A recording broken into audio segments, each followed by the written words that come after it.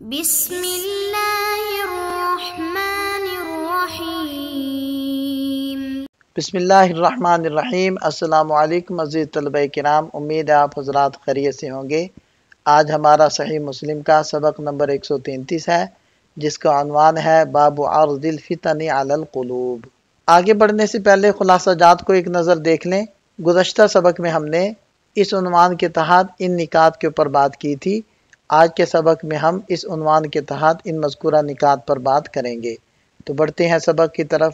وبه قال حدثنا محمد بن عبد الله بن نمير قال حدثنا ابو خالد يعني سليمان بن حيان عن سعد بن طارق عن ربعي عن حذيفة رضي الله عنه قال كنا عند عمر رضي الله عنه فقال أيكم سمع رسول الله صلى الله عليه وسلم يذكر الفتن فقال قوم نحن سمعناه فقال لعلكم تعنون فتنة الرجل في أهله وجاره قالوا أجل قال تلك تكفرها الصلاة والصيام والصدقة ولكن أيكم سمع النبي صلى الله عليه وسلم يذكر التي تموج موج البحر قال حذيفة رضي الله عنه فأسكت القوم فقلت أنا قال أنت لله أبوك قال حذيفة رضي الله عنه سمعت رسول الله صلى الله عليه وسلم يقول تعرض الفتن على القلوب كالحصير عودا عودا فأي قلب أشربها نكت فيه نكتة سوداء وأي قلب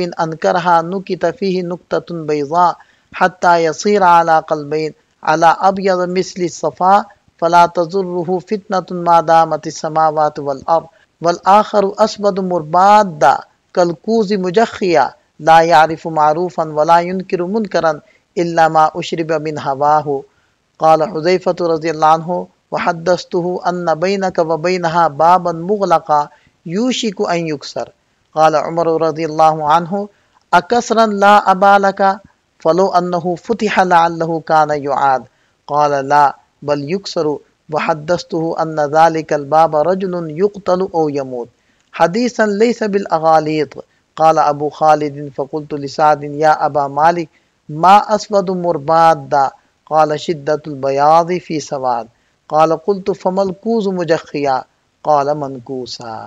حضرت حذیفہ ابن یمان رضی اللہ عنہ فرماتے ہیں کہ ہم ایک مرتبہ حضرت عمر فاروق رضی اللہ عنہ کی خدمت میں حاضر تھے۔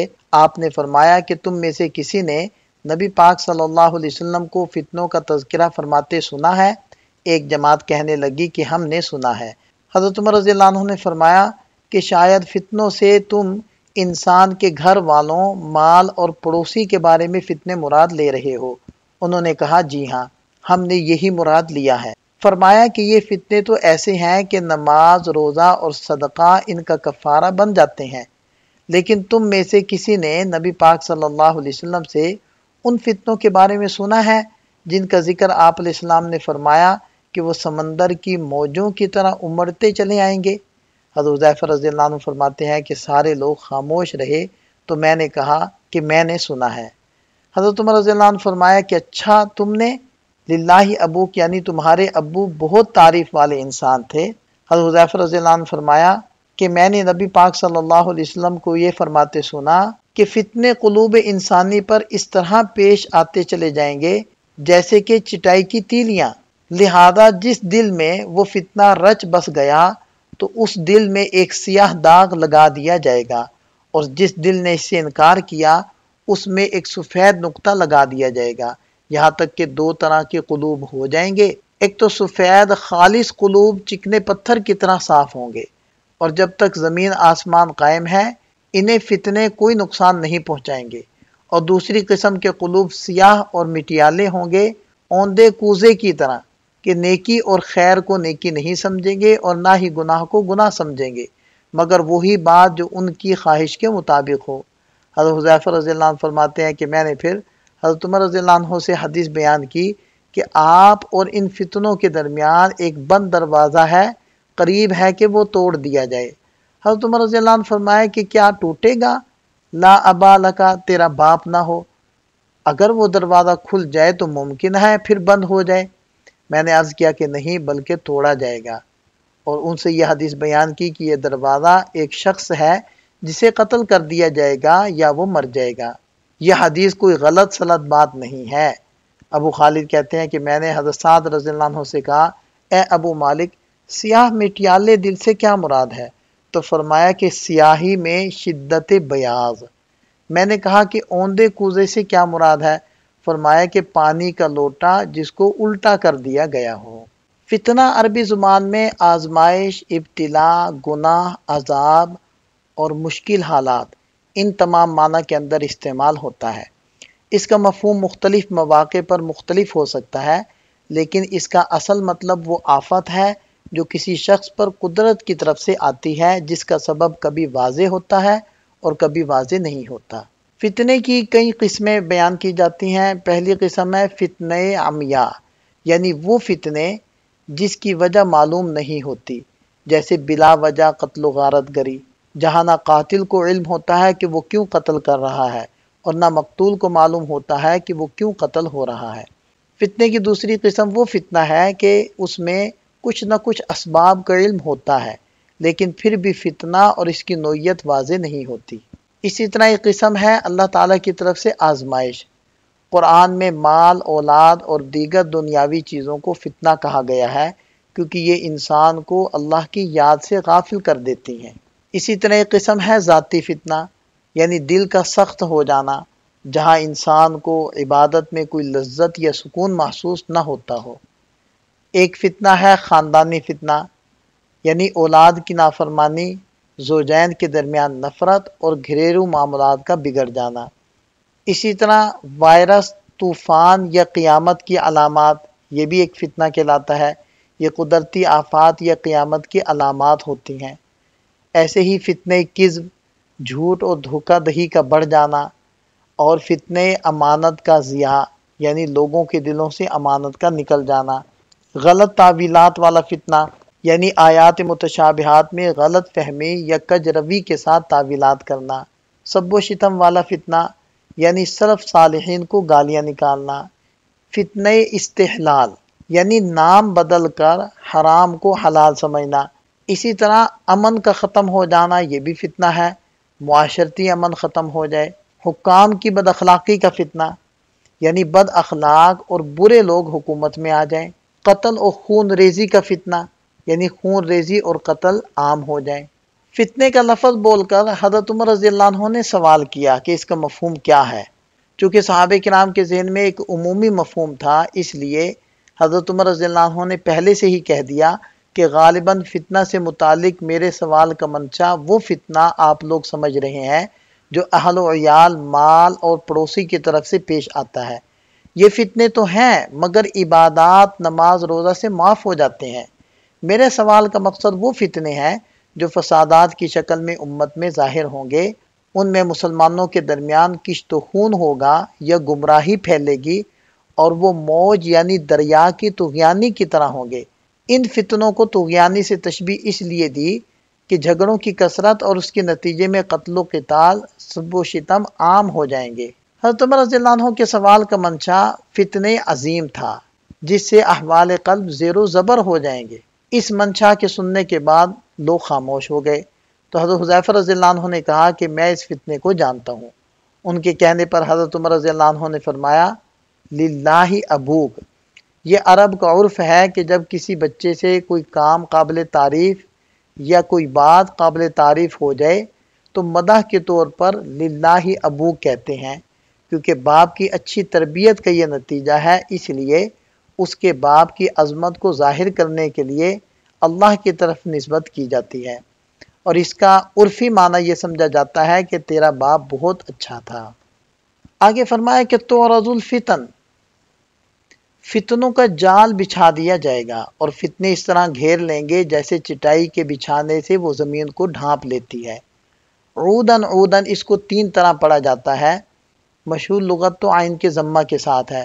اس صورت میں مطلب یہ ہوگا کہ دلوں پر فتنے ظاہر ہوں گے اور یکے بعد دیگرے اسی طرح آتے رہیں گے جیسے چٹائی بننے والا مسلسل ایک تنکا بن کر دوسرا اور پھر تیسرا لیتا رہتا ہے، اسی طرح مسلسل دل پر یکے بعد دیگرے فتنے آتے رہیں گے۔ دوسری لغت ہے عوزن، عین کے فتح کے ساتھ۔ اس صورت میں مطلب یہ ہوگا کہ فتنے دلوں کی ایک جانب میں اس طرح چپک جائیں گے جس طرح چٹائی سونے والے کے پہلو پر چپک جاتی ہے اور جیسے مسلسل نشانات ہوتے ہیں، اسی طرح مسلسل بار بار فتنے آ کر چپکیں گے۔ اور عوذن زال کے ساتھ، اس معنی میں کہ ان فتنوں سے اللہ کی پناہ، اللہ کی پناہ۔ ان تینوں میں اول صورت بہتر ہے، مطلب اس جملے کا یہ ہے کہ فتنے بہت زیادہ ہونے لگیں گے۔ آگے فرمایا کہ فَأَيُّ قَلْبٍ أُشْرِبَهَا، اشربا بمعنی خلطا، یعنی ان فتنوں کی محبت دل میں اس طرح پیوست ہو جائے گی جیسے پانی میں شکر گھل مل جاتی ہے۔ مقصد یہ ہے کہ فتنے دل سے اس طرح چمٹ جائیں گے کہ وہ پھر زائل نہیں ہوں گے، اور جس طرح پانی بدن کے مسامات میں پیوست ہو جاتا ہے، یہی حال فتنوں کا ہوگا۔ اور یہی مفہوم اس آیت مبارکہ کا بھی ہے کہ وَأُشْرِبُوا فِي قُلُوبِهِمُ الْعِجْلَ بِكُفْرِهِمْ، کہ ان کے کفر کی وجہ سے بچھڑے کی محبت ان کے دلوں میں پیوست کر دی گئی۔ نقطۃ کہتے ہیں اس اثر کو جو زمین پر لکڑی وغیرہ مارنے سے پیدا ہوتا ہے۔ مثل الصفا، یہ صاف ستھرے پتھر کو کہتے ہیں۔ مطلب یہ ہے کہ جس دل میں وہ فتنہ رچ بس جائے گا تو اس میں ایک کالا داغ پیدا ہوگا اور دل اس کو نہیں مانے گا بلکہ قرآن و حدیث پر قائم رہے گا۔ اس میں ایک سفید نورانی دھبا ہوگا، یہاں تک کہ اسی طرح دو قسم کے دل ہو جائیں گے۔ ایک خالص سفید دل چکنے پتھروں کی طرح ہوگا۔ یہاں دل کو تشبیہ اس اعتبار سے دی گئی ہے کہ جس طرح صاف پتھر داغوں سے پاک ہوتا ہے، ایسے ہی یہ دل بھی ان فتنوں کی علائش سے پاک صاف ہوں گے۔ والآخر اسود مربادن، یہ لفظ ارباد سے مشتق ہے یعنی راکھ۔ مطلب یہ ہے کہ فتنوں کے اثرات قبول کرنے کی بنا پر دل ان کی علائش سے کالا ہو جائے گا۔ کلکوزی مجخیہ، اس کا ایک وصف یہ بھی ہوگا کہ ان کا دل اوندھا ہو چکا ہوگا، یعنی جس طرح برتن الٹا دینے سے پانی سے برتن خالی ہو جاتا ہے، اسی طرح دل علوم و معارف سے بالکل خالی ہو جائے گا۔ یا جس طرح الٹے برتن میں پانی نہیں ٹھہرتا، اسی طرح بعض دلوں میں ایمان کو استقرار نہیں ہوگا اور کوئی بہتری اور بھلائی اور حکمت کی بات اس کے اندر نہیں ہوگی۔ چنانچہ اسی کو بیان کیا کہ نہ تو وہ بھلی بات کو بھلی سمجھے گا اور نہ وہ بری بات کو بری سمجھے گا۔ اور آگے فرمایا کہ ان بینک و بینہ بابا مغلقا، مطلب یہ ہے کہ فتنے کی آمد میں آپ کی ہستی حائل ہے۔ حضرت عمر فاروق رضی اللہ عنہ فرمایا کہ اکسرن، یعنی توڑا جائے گا یا کھولا جائے گا، کیونکہ ٹوٹنے کے بعد پھر بند نہیں ہوگا۔ اور یہ جو فرمایا کہ لا ابا لکا، یہ کلمہ اہل عرب کسی چیز پر برانگیختہ کرنے کے لیے بولتے ہیں۔ مقصد یہ ہوتا ہے کہ جب انسان کو کوئی دشواری پیش آتی ہے اور اس کا والد زندہ ہوتا ہے تو اس کا ہاتھ بٹاتا ہے اور اس کی وجہ سے اس کو زیادہ جد و جہد کی ضرورت پیش نہیں آتی۔ اور جب لا ابا لکا کہا جائے تو مقصد یہ ہوتا ہے کہ اس معاملے میں بذات خود جد و جہد کرو کیونکہ تمہارا کوئی معاون نہیں ہے۔ حضرت حذیفہ رضی اللہ عنہ فرمایا کہ ان ذالک الباب رجل یقتل او یموت، شک کے ساتھ، یا تو اس لیے ذکر کیا کہ آپ علیہ السلام نے حضرت حذیفہ رضی اللہ عنہ کے سامنے معاملے کو مبہم رکھا تھا، اور یہ بھی ہو سکتا ہے کہ حضرت حذیفہ رضی اللہ عنہ کو یقین کے ساتھ حضرت عمر رضی اللہ عنہ کے قتل کا علم تھا، مگر حضرت عمر کے سامنے مصلحت کی وجہ سے مبہم کر دیا، کیونکہ حضرت عمر کو معلوم تھا کہ باب میں ہی ہوں۔ اب اشکال یہ ہے کہ جب حضرت عمر کو معلوم تھا تو حضرت حذیفہ سے کیوں دریافت کیا؟ تو اس کا جواب یہ ہے کہ کبھی شدت خوف کی وجہ سے بات ذہن سے نکل جاتی ہے، یا ممکن ہے کہ خطرہ لاحق ہوا ہو کہ میں بھول گیا ہوں، اس لیے دوسرے سے دریافت کیا۔ اور یہ پیشن گوئی اس طرح پوری ہوئی کہ جب حضرت عمر فاروق رضی اللہ عنہ شہید ہوئے تو ان کے بعد فتنوں کی آمد شروع ہو گئی۔ حضرت عثمان غنی رضی اللہ عنہ کی شہادت ہوئی، جنگ جمل، جنگ صفین، حضرت علی رضی اللہ عنہ کی شہادت، حضرت حسین رضی اللہ عنہ کی شہادت ہوئی، مدینہ طیبہ پر سنگ باری ہوئی، حضرت عبداللہ بن زبیر رضی اللہ عنہ کی شہادت ہوئی۔ غرض ہے کہ حضرت عمر فاروق رضی اللہ عنہ کی شہادت کے بعد فتنوں کا ایسا سیلاب امڈ آیا کہ بند ہونے کا اس نے نام نہ لیا۔ اور پھر یہ جو آگے فرمایا کہ حدیثاً لیس بالاغالیط، یہ اغالیط اغلوطہ کی جمع ہے، وہ چیزیں جن کی وجہ سے مغالطہ ہو۔ مقصد یہ ہے کہ جو کچھ میں نے بیان کیا ہے وہ کوئی مبہم اور محتمل بات نہیں ہے، بلکہ میں نے صراحتاً ذکر کر دیا ہے۔ اور یہ بھی ہو سکتا ہے کہ لیس بالاغالیط کا مطلب یہ ہے کہ میں نے صحیح بیان کیا ہے، میں نے کوئی غلط حدیث یا اپنی طرف سے کچھ بیان نہیں کیا۔ اس اسناد کے رجال 5 ہیں۔ پہلے ہیں ابو خالد سلیمان بن حیان الازدی الاحمر الکوفی صدوق۔ دوسرے ہیں سعد بن طارق ابو مالک الاشجعی الکوفی ثقۃ۔ اور تیسرے ہیں ربعی بن حراش العبسی ثقۃ عابد مخضرم۔ امام مسلم رحمۃ اللہ علیہ کے استاد صاحب اور صحابی کا تذکرہ گزشتہ سند کے اندر گزر چکا ہے۔ یہاں اس اسناد کے لطائف کو ذکر کیا جا رہا ہے۔ پہلا نقطہ یہ ہے کہ یہ امام مسلم رحمۃ اللہ علیہ کی خماسیات میں سے ہے اور اس میں تحدیث اور عنعنہ دونوں طرح کے صیغے موجود ہیں۔ اس کے رجال سیاستہ کے رجال ہیں اور اس میں کوفی راویوں کا تسلسل ہے، اور اس سند کے اندر امام مسلم رحمۃ اللہ علیہ کا ارشاد یعنی یہ حضرت سلیمان بن حیان رحمہ اللہ کی وضاحت کے لیے لایا گیا ہے، اور اس میں تابعی دوسرے مخضرم تابعی سے روایت کر رہے ہیں۔ پہلے تابعی حضرت سعد ہے جو حضرت ربعی رضی اللہ عنہ سے روایت کرتے ہیں۔ یہ حدیث متفق علیہ ہے، اور دیگر ائمہ حدیث نے بھی اپنی اپنی کتابوں کے اندر اس حدیث کو ذکر کیا ہے، جس کی تفصیلات یہاں موجود ہیں۔ قاضی ایاز رحمۃ اللہ علیہ فرماتے ہیں کہ انسان کا اپنے اہل، اپنے مال اور اولاد کے بارے میں فتنہ مختلف صورتوں میں ظاہر ہوتا ہے۔ مثلا محبت کی زیادتی، انسان اپنی اولاد، مال اور اہل کی محبت میں اتنا غرق ہو جاتا ہے کہ وہ بہت سے اچھے کاموں میں وقت نہیں دے پاتا۔ شح یعنی بخل، انسان اپنی چیزوں کی محبت میں اتنا لذت پکڑتا ہے کہ وہ ان کے حقوق اور ضروریات کو پورا کرنے میں غفلت کرتا ہے، جیسے کہ اللہ تعالیٰ نے ارشاد فرمایا انما اموالکم و اولادکم فتنہ، کہ تمہارے اموال اور اولاد تمہارے لیے آزمائش ہے۔ ایسے ہی ایک حدیث میں ہے کہ اولاد بزدلی اور بخل کا سبب ہے۔ اسی طرح انسان کا اپنے ہمسائے کے ساتھ تعلق بھی فتنہ بن سکتا ہے، کیونکہ انسان اپنی خود غرضی یا غفلت کی وجہ سے اس کے ساتھ ضروری حسن سلوک نہیں کر پاتا۔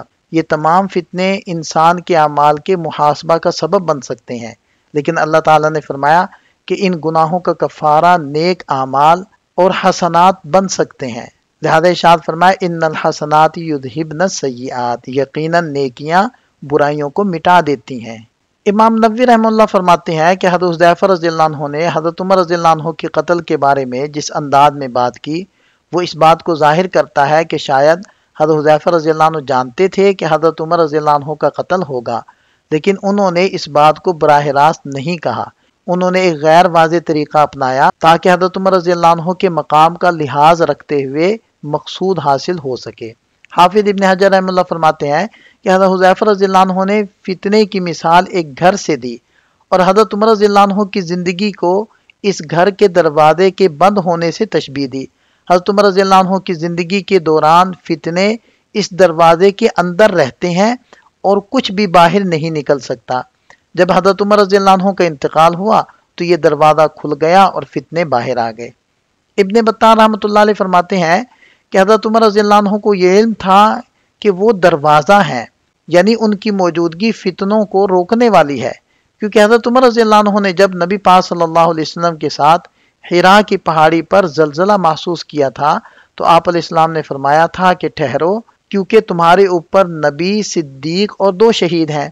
اس سے حضرت عمر رضی اللہ عنہ نے یہ سمجھا کہ وہ فتنے کے دور میں اہم رکاوٹ ہیں۔ یہاں سے اس حدیث کے فوائد کو ذکر کیا جا رہا ہے۔ پہلا فائدہ یہ ہے کہ اس حدیث میں فتنوں کو بہت اہمیت دی گئی ہے، کیونکہ فتنوں کا دل پر بڑا گہرا اثر ہوتا ہے۔ یہ دلوں کو فساد کی طرف مائل کر دیتے ہیں، جس کے نتیجے میں انسان کا نور ایمان کمزور پڑ جاتا ہے۔ چونکہ فتنوں کا اثر ایمان کے منافی ہے، اسی مناسبت کی بنا پر اس حدیث کو ابواب الایمان میں ذکر کیا ہے۔ دوسرا فائدہ یہ حاصل ہوا کہ دل 2 قسموں میں تقسیم ہوتا ہے۔ ایک دل جو فتنوں کو قبول کر لیتا ہے اور ان سے متاثر ہو کر نیک اور بد میں تمیز نہیں کر پاتا، بلکہ اپنے نفس اور شیطان کی پیروی کرتا ہے۔ دوسرا دل وہ ہے جو فتنوں کا مقابلہ کرتا ہے اور انہیں اپنے اندر داخل نہیں ہونے دیتا۔ یہ دل اللہ کی طرف سے اسلام اور نور سے روشن ہوتا ہے، جیسا کہ قرآن پاک میں بھی ذکر کیا گیا ہے کہ بھلا کیا وہ شخص جس کا سینہ اللہ نے اسلام کے لیے کھول دیا ہے، جس کے نتیجے میں وہ اپنے پروردگار کی عطا کی ہوئی روشنی میں آ چکا ہے، پتھر دلوں کے برابر ہو سکتا ہے؟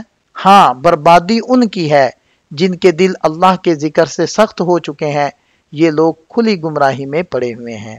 تیسرا فائدہ یہ ہے کہ اس میں نبی پاک صلی اللہ علیہ وسلم کی نبوت کی ایک علامت اور معجزہ ہے کیونکہ آپ علیہ السلام نے اپنے بعد آنے والے بڑے فتنوں کی پیشن گوئی کی تھی، اور یہ فتنے آپ علیہ السلام کی زندگی میں ظاہر نہیں ہوئے۔ اور یہ فائدہ بھی حاصل ہوا کہ اس میں حضرت عمر رضی اللہ عنہ کی بڑی فضیلت ثابت ہوئی کہ وہ فتنوں کو روکنے والے تھے۔ لوگوں نے بڑے فتنوں کو صرف ان کی وفات کے بعد ہی دیکھا۔ یہ فائدہ بھی حاصل ہوا کہ آپ علیہ السلام نے پیشن گوئی فرمائی کہ حضرت عمر رضی اللہ عنہ ظلم سے قتل ہوں گے، اور یہی ہوا، اور وہ ابو لؤلؤ مجوسی کے ہاتھوں شہید ہوئے، اور ان کی شہادت 23 ہجری میں ہوئی۔ یہ فائدہ بھی حاصل ہوا کہ حضرت حذیفہ رضی اللہ عنہ آپ صلی اللہ علیہ وسلم کے خاص رازدان تھے، اور آپ علیہ السلام نے انہیں امت میں آنے والے فتنوں کے بارے میں آگاہ کیا تھا۔ حضرت حذیفہ رضی اللہ عنہ نے خود کہا کہ وہ تمام فتنوں سے واقف ہیں جو قیامت تک پیش آئیں گے۔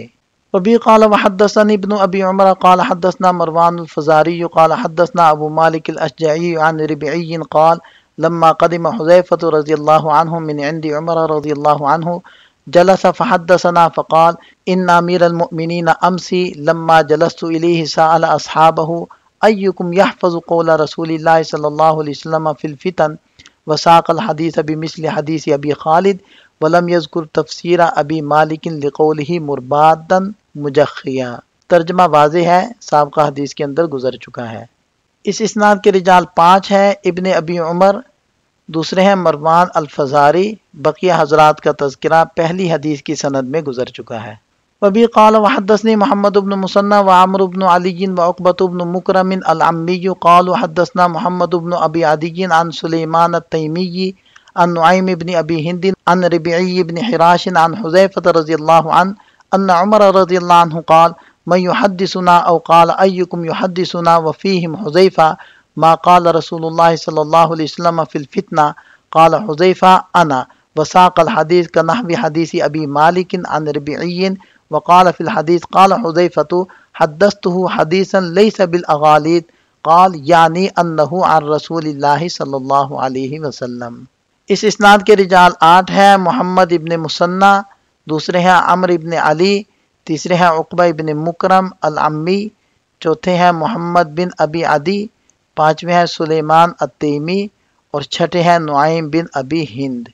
بقیہ 2 حضرات کا تذکرہ پہلے ہو چکا ہے۔ یہ ان احادیث سے حاصل ہونے والے فوائد کا خلاصہ ہے۔ یہاں ہمارا سبق مکمل ہو جاتا ہے۔ ایک نظر خلاصے کو دیکھ لیں۔ یہ اس سبق سے متعلق چند سوالات ہیں، ان کے جواب تحریر کریں۔ ملتے ہیں نئے سبق کے ساتھ۔ اللہ تعالیٰ ہم سب کا حامی و ناصر ہو۔ دعاؤں میں یاد رکھیے گا۔ السلام علیکم۔